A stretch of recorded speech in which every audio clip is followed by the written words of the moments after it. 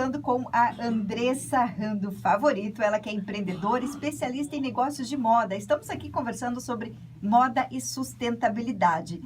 Andressa, há números absurdos em relação às grandes indústrias, né? O que a gente chama de mão escrava. Em 2013, muitas pessoas morreram, consequência daquela fábrica que explodiu. O Rana Plaza, sim. Exatamente, em Bangladesh. Né? Uhum. Essa prática continua? O que acontece? Ela continua, assim, o que hoje está acontecendo tem mais conscientização, mas a moda ainda ela é muito dependente da mão de obra humana e as previsões é que ela vai continuar sendo por um bom tempo, mesmo com robôs e tudo, vai demorar ainda para não precisar, né? Caminharemos muito ainda. E com tudo aquilo que a gente falou ontem, né, da luta pelo preço mais baixo sempre, muita produção é terceirizada e quarteirizada. Então, uma marca vai contratar uma confecção que aparentemente está tudo nos conformes, tem lá uma fábrica legal, bem estruturada, e alguns desses atores aí na cadeia produtiva vão cobrar mais barato e vão repassar aquilo para uma fábrica ilegal. O que é uma fábrica ilegal? É um galpão sem estrutura física, como foi o Rana Plaza, né, que não aguentava aquela estrutura toda. E caiu e matou todo mundo, né?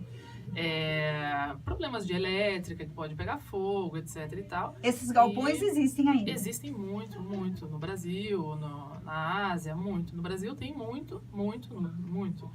E a mão de obra, né? Que são costureiras a preço muito barato. Exato. Sim, e que, na verdade, eles são trazidos para trabalhar nessas fábricas de forma ilegal, né, de outros países mais pobres. Então, eles se tornam reféns ali. E aí que entra o trabalho análogo à escravidão. Porque eles não têm a liberdade de sair, pedir demissão e arrumar emprego em outro lugar, porque eles têm um vínculo com o empregador, entre aspas, que ficam amarrados, que ele como se o empregador fosse o proprietário daquela pessoa, eles controlam o que eles comem, não deixam eles sair, eles não têm direito nenhum, não têm qualquer respaldo. Né? Então... Há números, e aí queria que você confirmasse isso, por exemplo, uma peça, quando uma pessoa está costurando, que custa R$6 e é vendida R$800, R$900. As grandes marcas, né? Sim. Isso de um modo geral, assim, são esses os números mais ou menos? É um pouco relativo, existe, mas o que acontece? R$6, né? Pode parecer muito absurdo para quem está ouvindo. Mas o fato é que, por exemplo, uma camiseta branca, quando você coloca a Hering, por exemplo, não é uma empresa conhecida por fazer esse tipo de trabalho.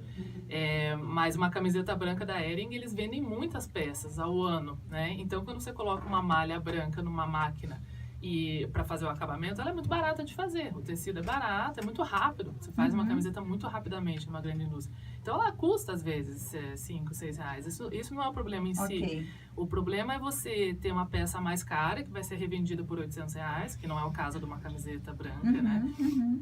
E que eles já sabem que conseguem vender aquilo a R$800, e em vez de eles pagarem 50 ou 60, por exemplo, que seria talvez um preço aí de mão de obra adequado para aquele acabamento todo, eles ficam pressionando faz por 42, faz por 38 e tal. E quem faz, pega o pedido. Entendi. E aí quem vai fazer por esse preço, geralmente tem que ir por esses caminhos ilegais, né? Entendi. Então, aí que entra aquela ganância da meta, do vender mais. Da quantidade, do volume, né? Sim. E, Andressa, e como a gente muda isso, né? A conscientização é o primeiro caminho, eu acredito, né? Da gente começar a entender o que tem por trás de tudo isso. Hoje a gente está muito com esse movimento que veio do Rana Plaza, esse galpão em Bangladesh que desabou e matou mais de 1.000 pessoas, que começou esse movimento chamado Fashion Revolution, né? Que até foi muito falado em abril, que é quando eles têm os eventos deles. E a campanha deles é você perguntar sempre quem fez minhas roupas, né? E por que é isso? Porque quando a gente questiona da onde a gente está comprando, né? Quem fez minhas roupas, as pessoas começam a buscar aonde que os produtos são feitos, né? Então, você vai entender que tem algumas empresas que são do Brasil e que tem fábrica própria, outras que terceirizam, mas que tem vários padrões. Mas você vai saber a origem de um modo geral. Você vai buscar, ou vai perguntar e vai incentivar que eles falem. Muito bem, a gente está conversando hoje com a Andressa, falando aqui sobre moda e sustentabilidade. E amanhã a gente segue com essa conversa para a gente entender na vida real, no nosso dia a dia, como mudar, né, o nosso comportamento. Andressa, Obrigada mais uma vez Eu que e nos agradeço. encontramos amanhã. Até amanhã.